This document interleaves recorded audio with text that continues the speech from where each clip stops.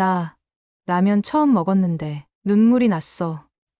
왜? 세계적인 재벌가 딸의 입에서 나온 충격적인 고백입니다. 파키스탄 최고 재벌 딸이 한국의 작은 편의점 알바에게 푹 빠졌다고 합니다. 이 말이 현실이 될 줄 누가 상상했을까요? 미국 미식 축구 NFL 구단주의 외동딸이 한국에 와서 말도 안 되는 일을 겪었다고 합니다. 전 세계가 지금 현재 발칵 뒤집어졌다고 하는데요. 재벌가 딸의 아버지 입에서 나온 말이 더 충격을 안겨주고 있습니다. 도대체 무슨 일이 벌어진 걸까요?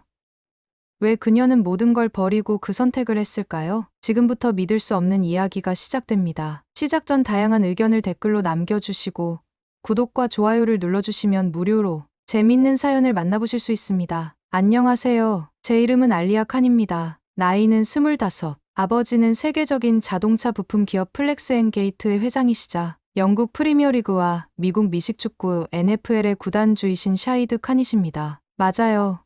그 유명한 코스염 아저씨가 제 아버지죠. 명문대를 졸업하고 정치에 입문하려던 차에 아버지의 갑작스러운 명령이 떨어졌습니다. 다음 주에 한국으로 출장을 가라고요. 뭐라고요?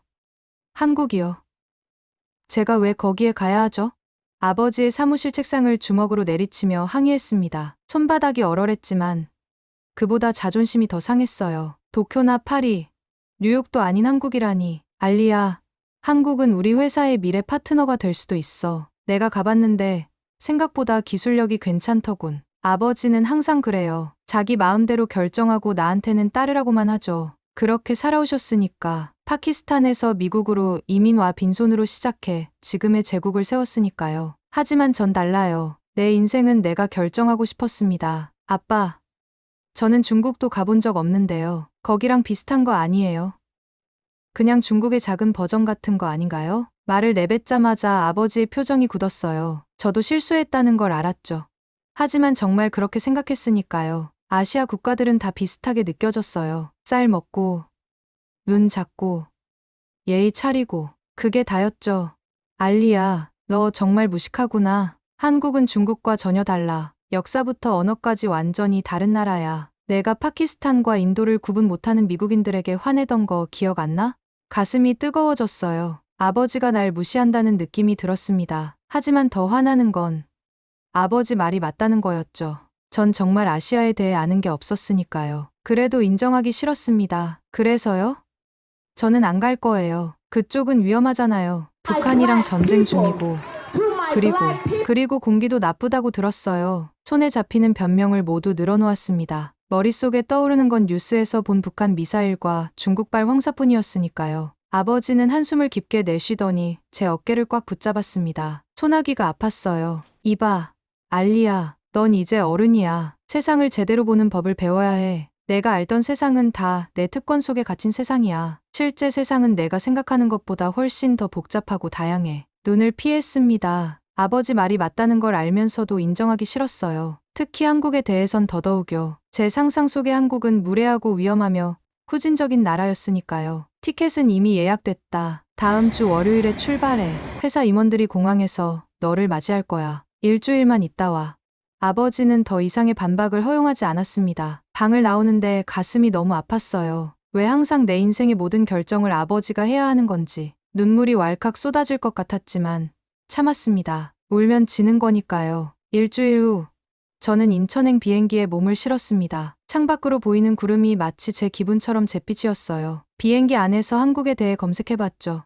삼성, LG, 현대 들어는 봤지만 별 감흥은 없었습니다. K-pop 솔직히 별로 안 좋아해요. 한식 너무 매워 보였고요. 한국? 난 중국이랑 같은 줄 알았어. 제대로 보여주지. 비행기가 서서히 하강하기 시작했습니다. 창문 너머로 보이는 서울의 야경이 제 예상과 달리 꽤 화려했지만 그래도 마음을 열고 싶진 않았어요. 아버지의 강요로 온 이곳에서 무슨 일이 날 기다리고 있을지 상상도 할 수 없었습니다. 그저 일주일만 버티면 된다고 생각했죠. 하지만 운명이란 참 아이러니하게도 제가 가장 가기 싫어했던 이 나라에서 제 인생이 완전히 바뀌게 될 줄은 그때는 몰랐어요. 인천공항에 도착했는데 마중 나올 거라던 회사 직원들이 보이질 않았다. 공항 로비에서 1시간을 넘게 기다렸지만 아무도 오지 않았죠. 전화를 걸어봤지만 통화 중인 상태만 반복됐습니다. 아버지에게 연락하자니 자존심이 상했고 이미 미국은 새벽 시간대라 연락하기도 그랬어요. 이 무성의한 나라, 짜증이 목까지 차올랐습니다. 혼자 택시를 타고 호텔로 향했어요. 택시 안에서 보이는 서울 풍경은 생각보다 깔끔했지만 그래도 마음은 열고 싶지 않았다. 그저 짜증만 났죠. 호텔에 도착해서 체크인을 하려는데 직원이 미안한 표정을 지었어요. 죄송합니다만 예약 기록이 없습니다. 뭐라고요? 다시 확인해보세요. 플렉스엔게이트 본사에서 예약했을 거예요. 직원이 컴퓨터를 다시 확인했지만 결과는 같았다. 분명 예약이 되어 있어야 하는데 아버지 회사 임원들이 이런 실수를 했다는 게 믿기지 않았어요. 그때 창밖에서 천둥 소리가 들렸습니다. 비가 쏟아지기 시작했죠. 다른 호텔 알아봐 드릴까요? 직원의 말에 고개를 끄덕였습니다. 하지만 마침 서울에서 큰 국제 행사가 있는 주라 모든 호텔이 만실이었어요. 로비 소파에 털썩 주저앉았습니다. 온몸에 힘이 빠지는 느낌이었죠. 비는 점점 더 거세게 내렸고 발 디딜 곳 없는 이 낯선 도시에서 막막함이 밀려왔어요. 괜찮을 거야. 나는 샤히드 칸의 딸이니까. 혼잣말로 중얼거렸지만 그 말이 공허하게 느껴졌다. 지갑 속 신용카드들이 무색하게. 이 순간만큼은 그저 외롭고 지친 여행자일 뿐이었으니까요. 어쩔 수 없이 호텔을 나섰습니다. 우산도 없이 비를 맞으며 걷는데 온몸이 순식간에 젖었어요. 화장은 다 번져내리고 명품 구두는 물에 젖어 엉망이 됐죠. 이 모든 상황이 너무 비현실적이었어요. 눈물이 나올 것 같았지만 이미 얼굴은 빗물로 흠뻑 젖은 상태였습니다. 그때였어요. 누군가 제 머리 위로 우산을 씌워줬습니다. 괜찮으세요? 고개를 들어보니 한 청년이 저를 걱정스럽게 바라보고 있었어요. 키가 크고 검은 머리에 날카로운 턱선을 가진 청년이었죠. 영어로 물었습니다. I'm fine. Thank you. 괜찮아요. 고마워요. 마지막 말은 준비해 온 몇 안 되는 한국어였어요. 청년은 놀란 표정으로 영어로 대답했습니다. 비가 너무 많이 오네요. 이대로 있다간 감기 걸려요. 저기 편의점에서 잠시 비 피하시죠. 거절할 힘도 없었어요. 그냥 따라갔죠. 편의점 안은 밝고 따뜻했어요. 몸이 덜덜 떨렸습니다. 청년은 수건을 사서 건네주었어요. 여기요. 좀 닦으세요. 아, 제 이름은 민준이에요. 알리아예요. 성은 말하지 않았다. 그냥 평범한 외국인 여행자처럼 보이고 싶었어요. 민주는 진열대에서 무언가를 꺼내더니 물을 끓이기 시작했어요. 뭐 하는 거예요? 라면이요. 비 오는 날엔 이게 최고예요. 코웃음을 쳤어요. 라면? 컵라면. 그런 인스턴트 음식을 먹는다고. 나 같은 사람이? 민준이 라면 2개를 테이블에 올려놓았습니다. 향긋한 냄새가 코를 자극했어요. 평소 같았으면 거들떠보지도 않았을 음식이지만 지금은 너무 배가 고팠죠. 젓가락을 들어 조심스레 한 젓가락 먹어봤어요. 그 순간 몸 전체에 온기가 퍼졌습니다. 매콤하고 진한 국물 맛이 혀끝에서 춤을 추는 것 같았어요. 눈물이 왈칵 쏟아질 뻔했습니다. 왜 이렇게 맛있지? 왜 이렇게 따뜻하게 느껴지지? 어때요? 맛있죠? 민준의 미소가 너무 자연스러워서 짜증이 날 정도였어요. 이런 상황에서도 웃을 수 있는 사람이라니. 그런데 내 입에서 나온 말은 의외로 솔직했습니다. 맛있네요. 라면 처음 먹어봤는데 생각보다 좋아요. 민주는 놀란 표정을 지었다가 곧 웃음을 터뜨렸어요. 그 웃음소리가 묘하게 편안하게 느껴졌습니다. 창밖으로는 여전히 비가 쏟아지고 있었지만 이 작은 편의점 안에서는 이상하게 마음이 놓였어요. 불편하고 불쾌한 이 나라에서 이상하게 따뜻했다. 그 순간만큼은 한국에 대한 선입견도 호텔 예약 문제도 잊어버렸습니다. 그저 뜨거운 라면 한 그릇과 낯선 이의 친절함이 내게는 전부였어요. 라면을 다 먹었는데도 비는 그칠 기미가 보이지 않았습니다. 창밖으로 하늘을 봤더니 점점 더 어두워지고 있었어요. 시계를 보니 벌써 저녁 8시. 갈 곳이 없다는 현실이 다시 저를 덮쳤죠. 어떡하지? 한숨이 절로 나왔습니다. 민주는 제 표정을 유심히 살피더니 조심스레 물었어요. 혹시 묵을 곳이 없으신가요? 고개를 끄덕였습니다. 창피했지만 어쩔 수 없었죠. 민주는 잠시 생각하더니 말했어요. 제 집이 근처에 있어요. 원룸이라 좁지만 하룻밤 묵으셔도 괜찮을 것 같아요. 제가 소파에서 잘게요. 순간 등골이 서늘해졌습니다. 낯선 남자의 집에 간다고? 미쳤나? 하지만 다른 선택지가 없었어요. 비는 계속 내리고 호텔은 다 찼으며 아는 사람도 없었죠. 괜찮을까요? 제 목소리가 떨렸습니다. 민주는 안심시키듯 웃었어요. 걱정 마세요. 그저 비를 피하는 것뿐이니까요. 내일 아침에 다시 호텔 알아보면 되잖아요. 민준의 원룸으로 향하는 길. 제 심장은 마구 뛰었습니다. 뒤통수가 땀으로 축축해졌어요. 무슨 일이 벌어질지 모른다는 불안감. 그런데도 이상하게 이 청년을 믿게 되는 이유는 뭘까? 아마 그의 맑은 눈빛 때문이었을 거예요. 원룸은 정말 작았습니다. 우리 집 화장실보다도 작았죠. 침대 하나와 책상, 작은 주방, 그리고 소파가 전부였어요. 하지만 이상하게도 아늑했습니다. 벽에는 책들이 가득했고 창가에는 작은 화분들이 놓여 있었죠. 별로 대단한 곳은 아니지만 민준이 쑥스러워하며 말했어요. 전 오히려 이런 공간이 신기했습니다. 평생 거대한 저택과 펜트하우스에서만 살아온 제게 이런 작은 공간에서의 삶은 상상도 못 해본 것이었으니까요. 아니에요.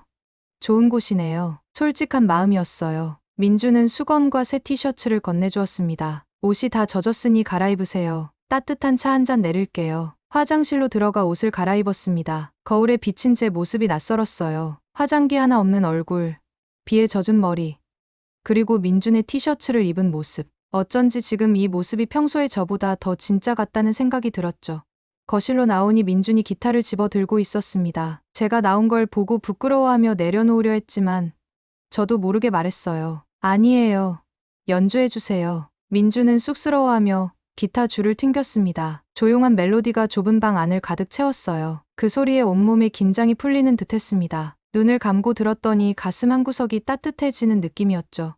노래 참 잘하시네요. 음악가세요? 민주는 머리를 긁적이며 웃었어요. 아니요. 그냥 취미예요. 사실 저는 스타트업을 했었어요. 앱 개발이요. 하지만 망했죠. 지금은 그냥 편의점에서 아르바이트 하면서 새로운 아이디어를 구상 중이에요. 실패한 사업가라. 우리 아버지라면 코웃음 치고 말상되었을 텐데. 그런데 이상하게 민준의 말에서 진정성이 느껴졌어요. 꿈을 포기하지 않는 모습이 아름답게 보였죠. 그 사람의 기타 소리에서 꿈이 들렸어요. 정말 그랬습니다. 제 귀에는 민준의 기타 소리가 단순한 음악이 아니라 그의 꿈과 열정처럼 들렸어요. 창밖으로 여전히 비가 내리고 있었지만 이 작은 공간 안에서는 이상한 안정감을 느꼈습니다. 화려한 궁전 같은 집에서도 느껴보지 못한 그런 감정이었죠. 소파에 기대 앉아 눈을 감았습니다. 피로가 밀려왔어요. 민준의 기타 소리를 들으며 서서히 잠이 들었죠. 꿈속에서 생각했습니다. 내가 누구인지 말하면 민준은 날 떠날까? 그저 평범한 외국인 여행자로 대해주는 이 시간이 너무 소중해서 진실을 말하고 싶지 않았어요. 이 작은 원룸에서의 하룻밤이 제 인생에서 가장 진실된 시간처럼 느껴졌습니다. 다음 날 아침, 눈을 뜨니 민주는 이미 나가고 없었습니다. 식탁 위에 쪽지가 놓여 있었어요. 아침 식사 해드시고 가세요. 문은 그냥 닫고 나가시면 됩니다. 어제 도움이 되었다면 다행이에요. 글씨체가 또박또박했죠. 왜인지 가슴이 뭉클했습니다. 호텔도 구했고 회사 일정도 정리됐어요. 원래라면 그냥 돌아가야 했죠. 하지만 발걸음이 자꾸 그 편의점 쪽으로 향했습니다. 도대체 왜 이러는 거지? 내가 무슨 생각을 하고 있는 건지 모르겠었어요. 오후에 편의점 앞에 서서 한참을 망설였습니다. 손바닥에 땀이 났어요. 심장이 쿵쾅거렸죠. 유리문 너머로 민준이 보였습니다. 카운터에서 책을 읽고 있었어요. 평범한 일상의 모습이었지만 그게 더 아름답게 보였죠. 문을 열고 들어갔습니다. 민준은 저를 보고 환하게 웃었어요. 알리아 씨, 어제 잘 쉬셨어요? 호텔은 구하셨고요? 네. 다 해결했어요. 정말 고마웠어요. 어색한 침묵이 흘렀습니다. 민주는 다시 책을 보려 했지만 저는 계속 서 있었죠. 뭔가 말해야 할 것 같은데 입이 떨어지지 않았어요. 민준 씨. 네. 목이 마말랐습니다. 입술이 바짝 말랐어요. 하지만 이 기회를 놓치면 안 될 것 같았습니다. 평생 누군가를 이렇게 간절하게 원해본 적이 없었거든요. 저 민준 씨를 좋아해요. 민준의 얼굴이 굳었습니다. 책을 떨어뜨렸어요. 제 말이 믿기지 않는다는 표정이었죠. 뭐라고요? 좋아한다고 했어요. 어제 하룻밤이었지만 제가 평생 찾던 게 뭔지 알 것 같았거든요. 민준은 당황해서 고개를 저었습니다. 알리아 씨, 저는 그냥 평범한 편의점 알바생이에요. 실패한 사업가고 가진 것도 없고 그런 게 중요해요? 제 목소리가 떨렸습니다. 눈물이 핑 돌았어요. 평생 처음으로 제 마음을 진짜로 털어놓는 순간이었거든요. 민준 씨가 저한테 보여준 따뜻함, 그 진심이 전부예요. 제가 평생 가져보지 못한 거였어요. 민준은 말을 잇지 못했습니다. 그저 제 얼굴을 뚫어져라 바라봤죠. 저도 숨을 제대로 쉴 수가 없었어요. 온몸이 떨렸습니다. 하룻밤이었지만 저는 제 인생을 바꾸고 싶어졌어요. 정말 그랬습니다. 그동안 살아온 인생이 다 거짓말 같았어요. 아버지가 정해준 삶, 주변 사람들의 기대, 그 모든 것들이 의미 없게 느껴졌죠. 민준과 함께한 그 몇 시간이 제 25년 인생보다 더 진짜 같았으니까요. 알리아 씨, 저희는 너무 다른 세상에 살고 있어요. 그래서 어때요? 세상이 다르면 어떻게 돼요? 저는 민준 씨가 좋아요. 이 감정이 진짜예요. 민준은 한참 동안 말이 없었습니다. 편의점 안에는 에어컨 소리만 웅웅거렸어요. 그 침묵이 영원할 것만 같았죠. 그때 민준이 조심스럽게 입을 열었습니다. 저도 알리아 씨가 좋아요. 어젯밤에 계속 생각했어요. 이런 감정 처음이라서 어떻게 해야 할지 모르겠어요. 가슴이 터질 것 같았습니다. 눈물이 왈칵 쏟아졌어요. 기쁨의 눈물이었죠. 평생 누군가에게 진심으로 고백하고 그 마음을 받아본 적이 없었거든요. 정말요? 네. 정말이에요. 민준도 눈가가 촉촉해졌습니다. 두 사람 다 어떻게 해야 할지 몰라서 그냥 서로를 바라봤어요. 그 순간이 가장 행복했습니다. 처음으로 제가 선택한 사람이었어요. 아버지나 주변 어른들이 정해준 게 아니라 온전히 제 마음으로 선택한 사람. 그게 이렇게 떨리고 설레는 감정인 줄 몰랐습니다. 파키스탄 재벌 딸이 편의점 알바에게 청혼했다. 그 순간 제 머릿속에 떠오른 생각이었어요. 우스웠지만 그게 진실이었죠. 제가 처음으로 진심을 다해 사랑하게 된 사람이 바로 민준이었으니까요. 민준과 함께한 사흘째 되던 날 휴대폰이 울렸습니다. 아버지였어요. 가슴이 쿵 내려앉았죠. 알리야, 내가 거기서 뭘 하고 있는 거냐? 목소리부터 화가 나 있었어요. 누군가 아버지에게 제 소식을 전한 게 분명했죠. 회사 직원들 중 누군가가 저를 봤을 거예요. 아빠, 저는 그냥 말하지 마라. 내가 직접 가겠다. 너 지금 어디 있냐? 전화가 끊어졌습니다. 손이 덜덜 떨렸어요. 민준이 제 표정을 보고 걱정스럽게 물었죠. 무슨 일이에요? 제 아버지가 오세요. 민준 씨, 제가 누군지 말씀드리지 못했어요. 민준의 얼굴이 굳었습니다. 무슨 뜻이에요? 숨이 막혔어요. 이제 모든 걸 말해야 했죠.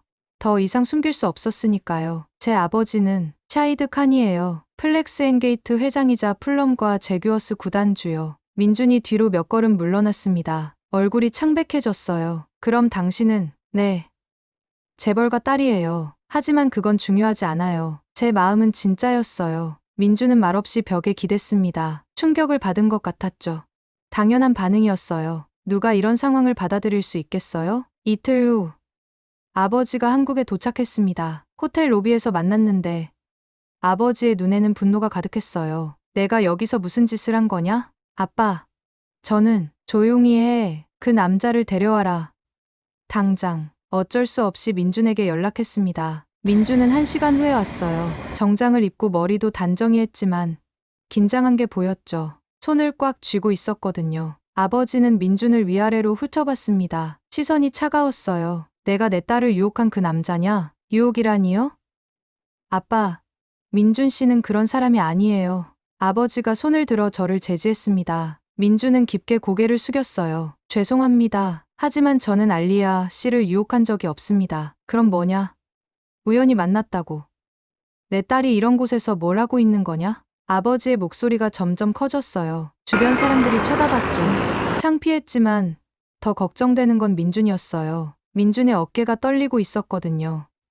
저는 그냥 비를 피하는 알리아 씨를 도와드렸을 뿐입니다. 그런데 서로 좋아하게 됐어요. 좋아하게 됐다고. 내가 뭔데 내 딸을 좋아한다는 거냐? 그때 민준이 갑자기 무릎을 꿇었습니다. 로비 바닥에 무릎을 꿇고 아버지를 올려다봤어요. 회장님, 저는 가진 게 없습니다. 하지만 알리아 씨를 진심으로 사랑합니다. 제 목숨을 걸고 지켜드리겠습니다. 가슴이 찢어질 것 같았어요. 눈물이 왈칵 쏟아졌죠. 민준이 이렇게까지 해야 하는 상황이 너무 미안했어요. 민준 씨, 일어나세요. 이러시면 안 돼요. 민준을 일으키려 했지만 민준은 고개를 저었어요. 아니에요. 알리아 씨, 제가 회장님께 제대로 말씀드려야 해요. 민준이 아버지를 똑바로 바라봤습니다. 저는 실패한 사업가입니다. 지금은 편의점에서 아르바이트를 하고 있어요. 하지만 포기하지 않았습니다. 다시 일어설 거예요. 그리고 알리아 씨를 행복하게 해드릴 거예요. 아버지는 한참 민준을 내려다봤습니다. 표정을 읽을 수 없었어요. 전 사랑으로 알리아 씨를 지켜드릴 뿐입니다. 민준의 목소리가 떨렸지만 눈빛은 확고했어요. 그 순간 제가 왜 민준을 사랑하게 됐는지 알 것 같았습니다. 진심이었어요. 그 어떤 것도 두려워하지 않는 진심이었죠. 아버지가 긴 한숨을 내쉬었습니다. 딸이 내 인생을 걸겠다고 말하는데 날 유혹했다니요? 제가 먼저 입을 열었어요. 아빠, 민준 씨를 유혹한 건 제가 먼저예요. 제가 고백했어요. 제가 선택한 거예요. 아버지의 얼굴에 당황스러운 표정이 스쳤습니다. 딸이 이렇게 당당하게 말하는 걸 처음 봤을 테니까요. 그날 밤 모든 진실이 밝혀졌습니다. 신분의 차이라는 거대한 벽 앞에 서게 된 거죠. 아버지는 그날 밤 제게 조건을 제시했습니다. 호텔 방에서 둘만 마주 앉아 있었는데 아버지의 표정이 심각했어요. 알리야, 내가 정말 진심이라면 증명해봐라. 어떡해요? 1년 동안 내 도움 없이 살아봐라. 카드도 반납하고 용돈도 없다. 완전히 혼자 힘으로 살아보는 거야. 가슴이 철렁했습니다. 태어나서 한 번도 돈 걱정을 해본 적이 없었거든요. 신용카드 한 장이면 뭐든 살 수 있었는데 그것 없이 산다는 게 상상도 안 됐어요. 만약 1년을 버텨낸다면 그때 결혼을 진지하게 생각해보겠다. 하지만 중간에 포기하고 집으로 돌아오면 다시는 그 남자 만나는 걸 허락하지 않겠다. 손바닥에 식은땀이 났습니다. 아버지는 진심이었어요. 눈빛을 보면 알 수 있었죠. 알겠어요. 할게요. 정말이냐? 네. 정말이에요. 다음 날부터 제 새로운 삶이 시작됐습니다. 아버지는 모든 카드를 회수했어요. 통장에 남은 돈은 겨우 50만 원. 평소에 화장품 하나 사면 날아갈 돈이었죠. 민준에게 상황을 설명했습니다. 민준은 걱정스러운 표정을 지었어요. 괜찮을까요? 알리아 씨가 그런 생활을 할 수 있을까요? 해야죠. 아니, 하고 싶어요. 솔직히 자신은 없었어요. 하지만 민준과 함께하기 위해서라면 뭐든 할 수 있을 것 같았거든요. 첫 번째 관문은 집 구하기였습니다. 부동산에 가서 월세 30만 원짜리 원룸을 봤는데 곰팡이 냄새가 났어요. 화장실은 좁았고 창문도 작았죠. 평생 살던 집과는 천지 차이였습니다. 여기서 살 수 있을까? 혼잣말이 나왔어요. 하지만 선택의 여지가 없었죠. 계약서에 사인했습니다. 두 번째는 일자리 찾기였어요. 이력서를 써본 적도 없었는데 어떻게 써야 할지 막막했죠. 학력은 좋았지만 경력이 전무했어요. 면접을 봐도 떨어지기만 했습니다. 왜 우리 카페에서 일하고 싶으신가요? 돈이 필요해서요. 솔직하게 대답했더니 면접관이 황당해했어요. 당연한 반응이었죠. 일주일 만에 겨우 편의점 야간 알바를 구했습니다. 시급 9,000원. 하루 8시간 일해도 7만 원 정도였어요. 한 달이면 200만 원도 안 되는 돈이었죠. 첫 출근 날 카운터 앞에 선이 다리가 후들거렸습니다. 손님들이 들어올 때마다 심장이 뛰었어요. 계산기 사용법도 모르고 담배 종류도 몰랐죠. 이거 얼마예요? 잠시만요. 바코드를 찾느라 헤맸어요. 손님이 짜증을 냈죠. 처음 하시나 봐요. 네, 죄송해요. 얼굴이 빨갛게 달아올랐습니다. 창피했지만 참았어요. 밤 12시부터 아침 8시까지 일하는 게 정말 힘들었어요. 새벽 3시쯤 되면 눈이 감겼죠. 서서 조는 적도 있었어요. 첫 월급을 받던 날 통장을 보니 180만 원이 들어있었습니다. 세금을 떼고 나니 그 정도였어요. 월세 30만 원, 생활비까지 계산하니 빠듯했죠. 이젠 내가 일해서 라면을 사 먹어요. 민준에게 자랑스럽게 말했어요. 편의점에서 산 라면이었지만 제 돈으로 산 첫 번째 음식이었거든요. 맛이 달랐습니다. 더 짜고 더 맛있었어요. 민준은 제 손을 잡아줬어요. 거칠어진 손이었죠. 설거지하고 청소하느라 생긴 상처도 있었어요. 고생하고 있네요. 아니에요. 이제 진짜 사는 것 같아요. 정말 그랬습니다. 힘들었지만 뿌듯했어요. 내 노동으로 번 돈으로 사는 삶이 이렇게 값진 줄 몰랐거든요. 하지만 아직 11개월이 더 남아 있었습니다. 과연 버틸 수 있을까? 매일 밤 자기 전에 생각했어요. 포기하고 싶은 순간도 많았죠.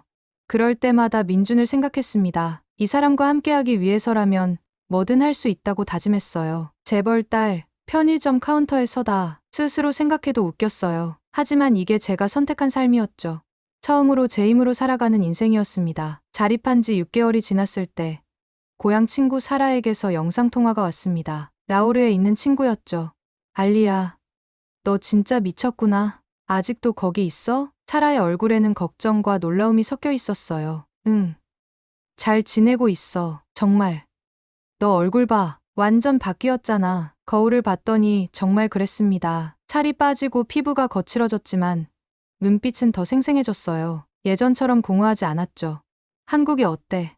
진짜 살만해? 사라의 질문에 잠시 생각했습니다. 어떻게 설명해야 할까? 사라, 한국이 이렇게 질서 있고 따뜻한 나라인 줄 몰랐어. 파키스탄의 관료들과 비교하면 숨이 쉬어져. 정말 그랬어요. 편의점에서 일하면서 만난 한국 사람들은 달랐습니다. 새벽에 출근하는 직장인들도 인사를 했고 취한 손님도 예의를 지켰어요. 물론 가끔 짜증내는 사람도 있었지만 대부분은 친절했죠. 무슨 소리야? 한국이 그렇게 좋아? 응, 여기는 줄을 서면 새치기 하는 사람이 거의 없어. 지하철에서도 질서정연하고 그리고 뭔가 사람 냄새가 나. 사라가 이해 못하겠다는 표정을 지었어요. 사람 냄새?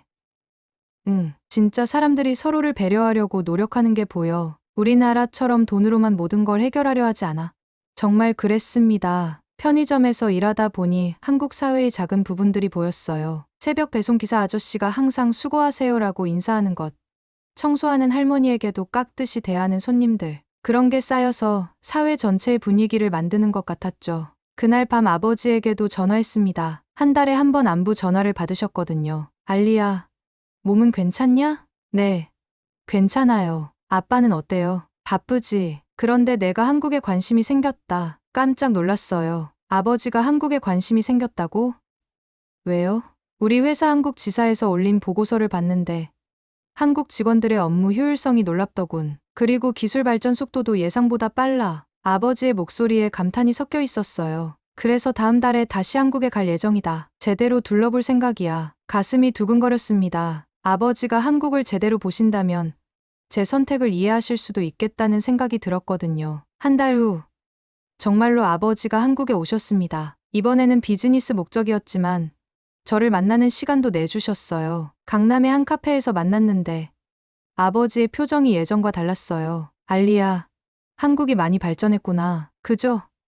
제가 말했잖아요. 어제 삼성 본사를 갔다 왔는데 기술력이 상상 이상이더라. 그리고 사람들 문화 수준도 높고 아버지가 직접 경험한 한국에 대해 이야기했습니다. 지하철 시스템의 정확성, 거리의 청결함, 사람들의 예의 바름까지. 특히 우리 파키스탄의 관료들과 비교하면 이곳 공무원들은 정말 일을 하는구나. 아버지 입에서 처음 나오는 말이었어요. 파키스탄의 부패한 관료 시스템에 늘 분노하셨던 아버지였거든요. 그리고 음식도 생각보다 괜찮더라. 어제 불고기를 먹어봤는데 맛있었어. 웃음이 나왔어요. 아버지가 한국 음식을 드시다니. 아빠, 솔직히 한국이 어때요? 아버지는 잠시 생각하더니 말씀하셨어요. 한국은 내 기대보다 훨씬 인간적이야. 돈만 있으면 되는 곳이 아니라 사람다운 삶이 가능한 곳 같다. 가슴이 벅찼습니다. 아버지 입에서 한국을 긍정적으로 평가하는 말을 들을 줄은 꿈에도 몰랐거든요. 그래서 말인데 아버지가 주저하시더니 계속 말씀하셨어요. 내가 여기서 정말 행복하다면 그것도 나쁘지 않을 것 같다. 눈물이 핑 돌았어요. 드디어 아버지가 제 선택을 이해하기 시작하신 것 같았거든요. 한국은 부럽다. 아버지의 입에서 처음 나온 말이었습니다. 파키스탄에서 태어나 미국에서 성공하신 아버지가 한국을 부러워하신다니. 그 순간 제가 한국에서 느낀 모든 감정들이 정당화되는 기분이었어요. 1년이 지났습니다. 아버지와의 약속 기간이 끝나는 날이었어요. 민준의 앱 개발 사업이 작지만 성공하기 시작했죠. 배달 음식 주문 앱이었는데 사용자들 반응이 좋았어요. 알리야, 이제 투자자들이 관심을 보이기 시작했어요. 민준의 얼굴에 자신감이 돌아온 게 보였습니다. 1년 전 절망에 빠져있던 모습과는 완전히 달랐죠. 정말 다행이에요. 민준 씨가 포기하지 않아서요. 알리아 씨 덕분이에요. 알리아 씨가 옆에 있어서 힘이 났거든요. 가슴이 따뜻해졌어요. 이 1년 동안 서로 의지하며 살아왔던 시간들이 떠올랐죠. 그날 저녁, 아버지가 한국에 오셨습니다. 약속했던 1년의 마지막 날이었어요. 호텔에서 만났는데 아버지의 표정이 진지했습니다. 알리야, 1년을 다 견뎠구나. 네. 아빠, 어땠느냐? 힘들지 않았나? 솔직히 말하고 싶었어요. 힘들었어요. 정말 많이요. 하지만 후회하지 않아요. 아버지는 제 얼굴을 유심히 봤습니다. 1년 전과 완전히 달라진 모습이었죠. 피부는 거칠어졌지만 눈빛은 더 맑아졌어요. 그 남자는 어떻게 됐나? 민준 씨 사업이 성공하기 시작했어요. 작지만 희망이 보여요. 그래? 직접 만나보고 싶다. 깜짝 놀랐습니다. 1년 전에는 민준을 못마땅해 하셨는데 다음 날 민준의 사무실에서 만났습니다. 작은 공간이었지만 깔끔하게 정리되어 있었어요. 민준은 정장을 입고 나왔는데 1년 전보다 훨씬 당당해 보였죠. 안녕하세요. 회장님, 그래. 사업은 잘 되고 있나? 네. 아직 작지만 꾸준히 성장하고 있습니다. 아버지는 민준의 사업 계획서를 자세히 봤어요. 질문도 여러 개 하셨죠. 민준은 차근차근 대답했습니다. 응.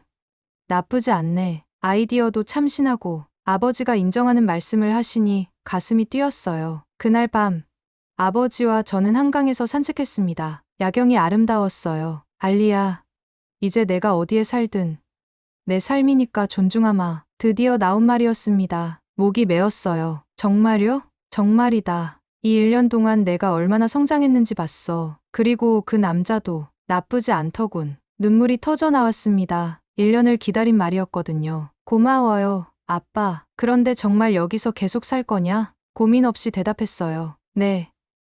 한국에서 살고 싶어요. 왜? 사우디의 석유보다, 파키스탄의 부보다, 한국의 진심이 저를 살게 했어요. 정말 그랬습니다. 이 1년 동안 한국에서 만난 사람들의 따뜻함, 민중과의 사랑, 그리고 제 힘으로 살아가는 뿌듯함. 그 모든 게 저를 변화시켰어요. 아버지는 고개를 끄덕이셨습니다. 알겠다. 하지만 가끔은 집에도 와라. 네. 물론이에요. 한 달 후, 민중과 저는 작은 결혼식을 올렸습니다. 아버지도 참석하셨어요. 화려하지는 않았지만 진심이 가득한 결혼식이었죠.